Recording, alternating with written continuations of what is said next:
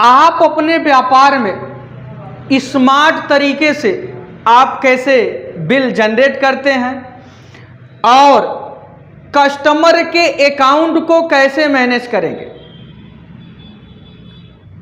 Account को manage करते समय भी आप उसका स्टेटमेंट भी आप देख सकते हैं।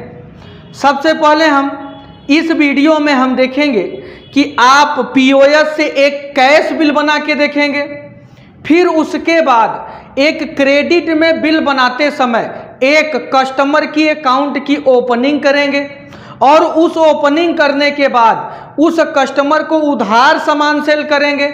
उधार सामान सेल करने के बाद उस कस्टमर की जो बकाया धनराशि है कुछ उसका भुगतान करेंगे।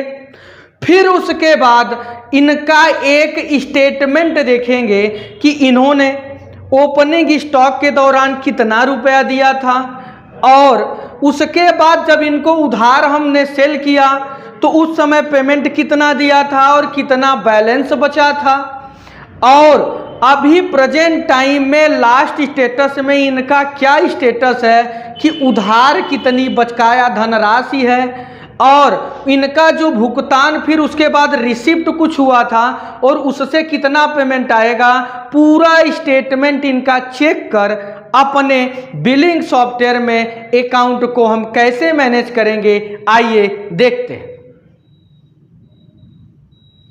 जी हाँ दोस्तों, स्मार्ट तरीके से पीओएस में आप अगर बिल निकालना चाहते हैं पॉइंट ऑफ सेल, तो पॉइंट ऑफ सेल जो है 2 टाइप्स के होते हैं।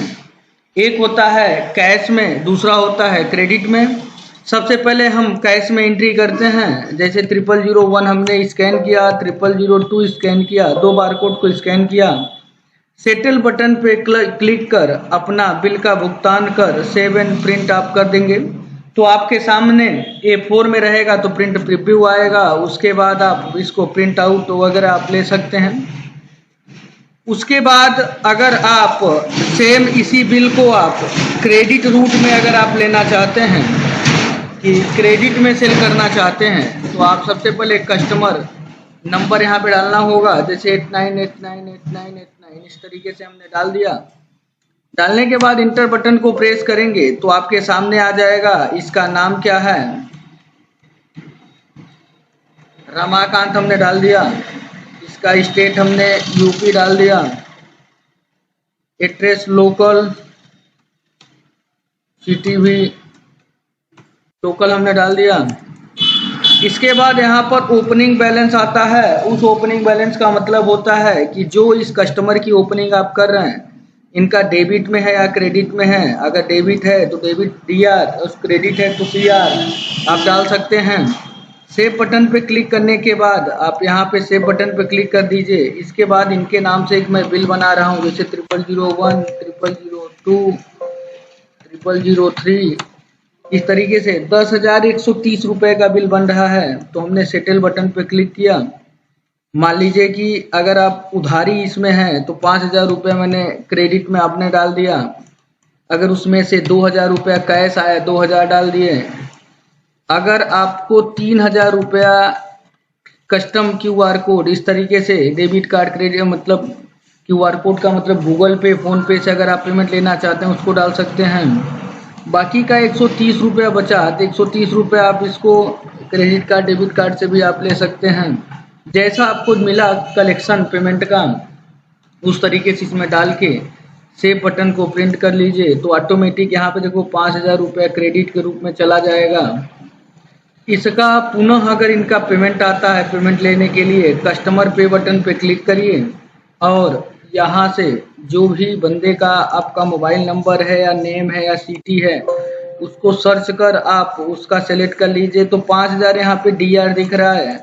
2,000 रुपये जैसे पेमेंट आया तो यहाँ पे डायनेमिक QR कोड बटन पे क्लिक कर आप पेमेंट एक्सेप्ट कर सकते हैं। और साथ में अगर आपको इनका स्टेटमेंट वगैरह देखना है तो आप कस्टमर लेजर बटन पे क्लिक कर लीजिए और यहाँ से आपको स्टेटमेंट मतलब उनका मोबाइल नंबर सर्च कर लीजिए, रमाकांत आ गया और यहाँ पे फ्रॉम टू डेट सेलेक्ट कर आप व्यू रिपोर्ट बटन पे क्लिक कर देंगे तो आपके सामने आ जाएगा कि इनका NYC नंबर है। टोटल डेबिट इनका ये है कि 10,130 रुपये का बिल बना, जिसमें 5,130 रुपये तुरंत मिला था। उसके बाद 2,000 रुपये का भुगतान आया हुआ है और इस तरीके से इनका पूरा स्टेटस है।